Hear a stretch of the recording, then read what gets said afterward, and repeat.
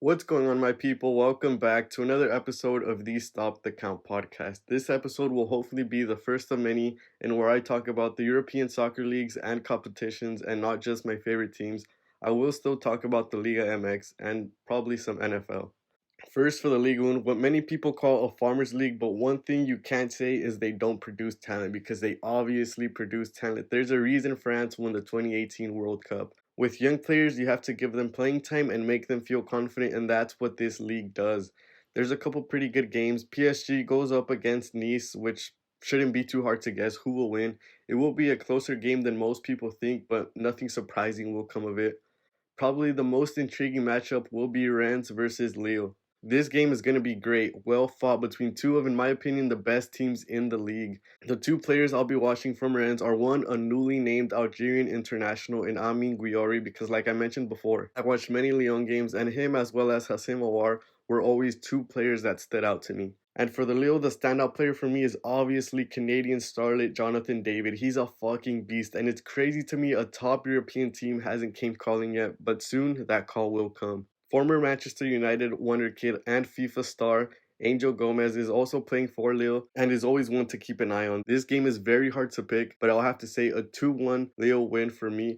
First place Monaco go up against Lorient, and shit, that's going to be a great game too. It's on at 4 a.m. my time, so more than likely I won't watch it. But Monaco is always a very tough team to play against.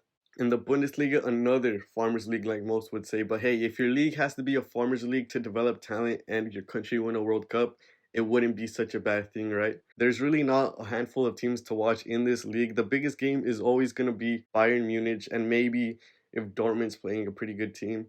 This week, there is one of the biggest games in Germany as Bayern Munich go up against first place Leverkusen, the former home of Chicharito. Leverkusen did win their last matchup against each other 2-1, with both goals coming by way of penalty from Argentinian playboy Ezequiel Palacios. Just for context, I fucking hate Bayern ever since the sextete with hansiflick. All I hear is all these dumb Bayern fans saying they're the second best institution ever and how good they are. Let me break it to you. There's a clear one and two when it comes to European football. One is Real Madrid and two is Milan. Yes, Milan haven't had the best of luck this last decade, but that doesn't take away from its greatness. So with that being said, I think Leverkusen will win this game 2-1. In La Liga, there's always three teams that challenge for the title, both Madrid teams and Barcelona, although there is much more mid-table teams, I would say, in this league like Sociedad, Bilbao, Sevilla, Betis, Valencia, Villarreal, and Celta de Vigo. And we just so happen to have six of those teams playing against each other. Valencia versus Atleticomadrid is probably the least attractive, especially since Valencia have been selling all of their best players recently except one player, Jose Gaya. He stayed through it all. It's always a good team to watch. They do play with a lot of good young talent. Valencia hasn't beaten Atletico in league in over 9 years. And with Atletico coming off the 7-0 thrashing of Rayo Vallecano, that won't change. Valencia have no standout attackers. That sucks. Growing up, that was one of the teams I used to love to watch. Barcelona faces Betis with old-ass Andres Guardado still on Betis. Barcelona are coming off of a close game versus Osasuna, and Betis are coming off of a good win over Vallecano. But what's been surprising to me at least is the late career resurgence of Isco. If it wasn't for the next game coming up, this would probably be the must-watch game of the weekend in Spain because these two teams are on great form. But again, just to set the record straight, I fucking hate Barcelona. If it was up to me, Barca would be playing in the Spanish 4th division. Not because of the team, because of their fans. I loved watching the old Barca with all their stars and legends, but it's this new Barca with their fans hyping up any little fuck coming through La Masias like Gavi. This motherfucker is the most basic player I've ever seen. Nothing special. This guy plays with the little balls, some stitches in his ears, and sticks his tongue out when he's dribbling. And none of these Barca fans could stop talking about him, stop calling him the next Xavi, the next Iniesta. But with Pedri, it's quite obvious. Pedri's talent, to me, makes him one of the best up-and-coming midfielders in the world. But there's no way Gavi should have won the Golden Boy. That's going to be the new idiot sandwich. Literally two of the best pieces of sliced bread, probably like a white bimbo bread with the crust cut off. The bread being former winner Pedri and future winner Judebellingham, and in between them, Gavi. And yes, Bellingham deserves the Golden Boy. Not Lamine Yamal or Balde. Jude deserves it. And in the future, when you read the Golden Boy winners, it's going to be Haaland, Pedri, Gavi, Jude. And then you're going to say, wow, I wonder what happened to that Gavi kid. The guys around him all turned out to be some of the greatest of this generation. With that being said, I believe Betis will win 2-0. Now, for the best La Liga game of the weekend, Real Madrid versus Real Sociedad.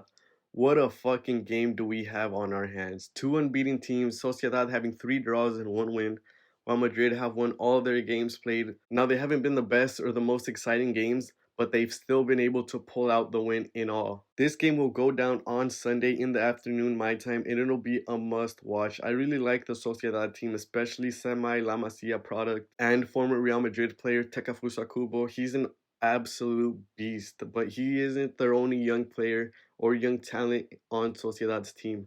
Sociedad have always had a good mix of young players and veteran players, but this team they have seems to me to be the best since the Griezmann Carlos Vela times. And as for the best soccer institution to ever exist, Real Madrid. For this game, Madrid will still be missing Vinicius, so their attack will still be looking like shit. It really just depends on how long Jude's good form will continue. As for the defense of Madrid, again, the left side is a major problem. I liked Fran Garcia in the preseason, but so far this season, it hasn't looked good for him.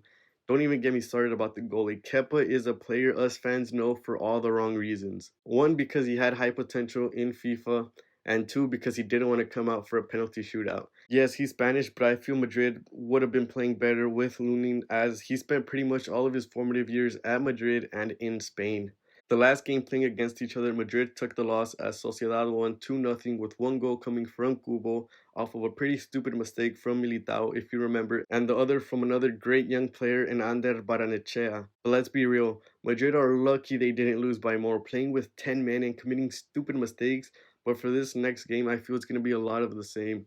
Madrid's attack is not convincing at all. I would want Madrid to win, but I just can't see that happening. I would say Sociedad win again, 1-0. This will be close though. Madrid's midfield will always keep them in these type of games. Now for the best league in the world, the Serie A, some absolute bangers await us, and all the big games are happening on Saturday, like Juve versus Lazio. First, getting into some off-the-field issues, as most have heard, Paul Pogba's failed PED test. He failed due to testosterone, and boy, how has the fall been.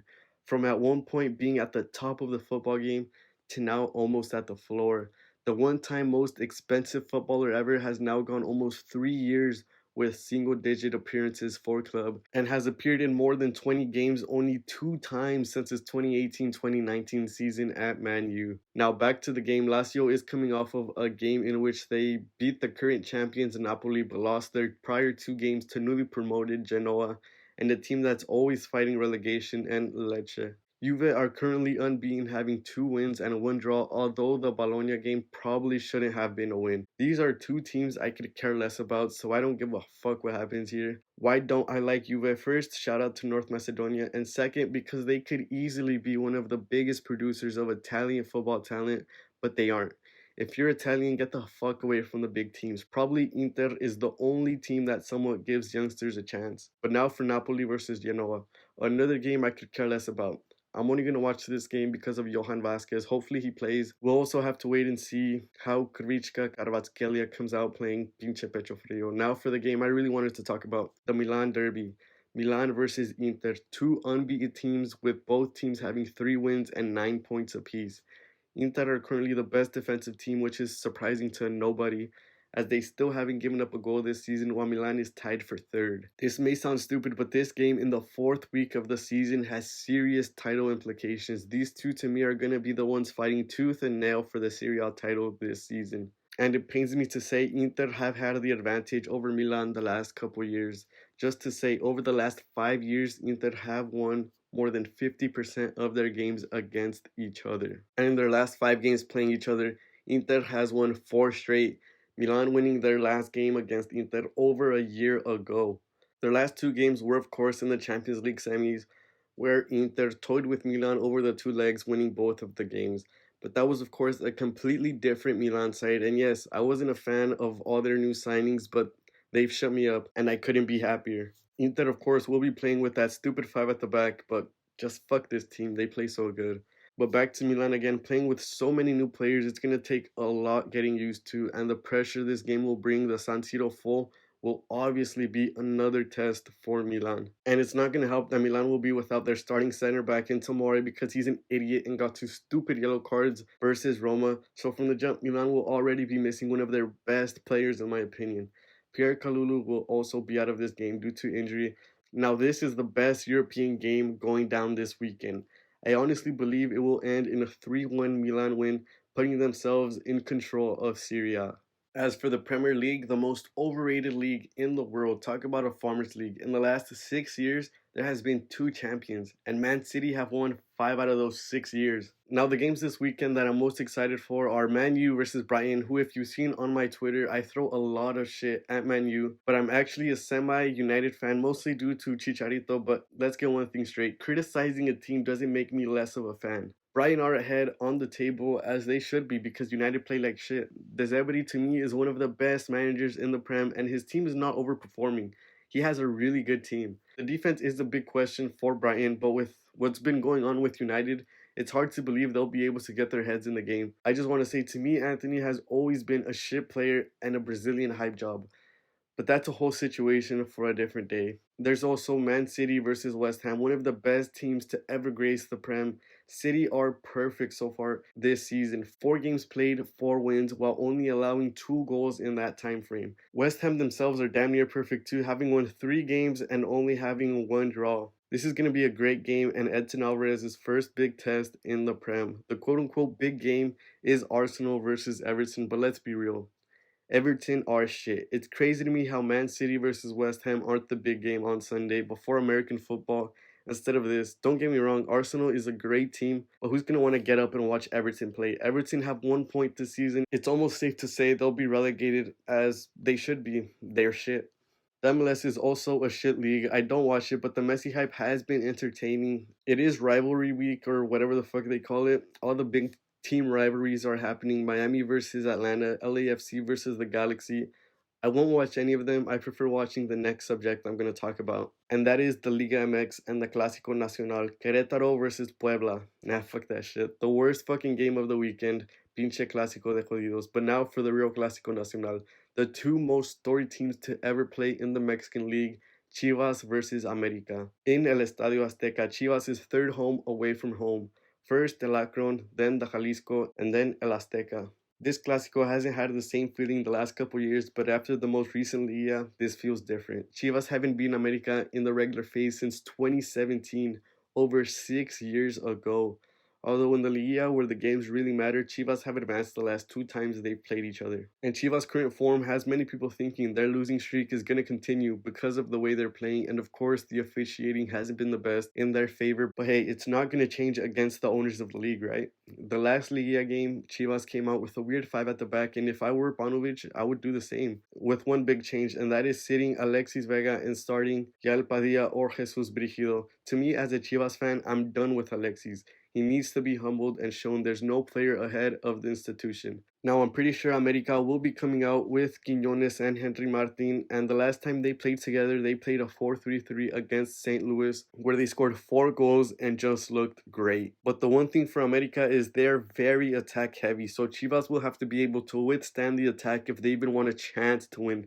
Counterattacking is going to be the best way to victory against America because America's whole defensive back line has been underperforming and it doesn't look like that will change versus Chivas. This game will be great. 2 underperforming teams that want to get better. I have no doubt in my mind the America players have that sour taste in their mouth from the Liga and are going to want to get their revenge. And Chivas, of course, want to make a statement that they're a real contender. For me, this game will end in a 3-2 Chivas win, breaking their streak and just being a great game for the fans. This game will be extremely close and extremely hard fought. There is also some other pretty good games going on before the Clásico. Monterrey will be facing León. Monterrey have been getting better and better, and León as well. Federico Viñas and Diente Lopez are barely getting used to each other, and I've been watching a lot of Monterrey lately, and it's been the Sergio Canales effect. They're a great team, and this will be a great game. There's also current champions Tigres versus Atlas. This will also be a pretty good game too, in my opinion. Too bad everyone will be watching Puebla versus Querétaro as they're on at the same time.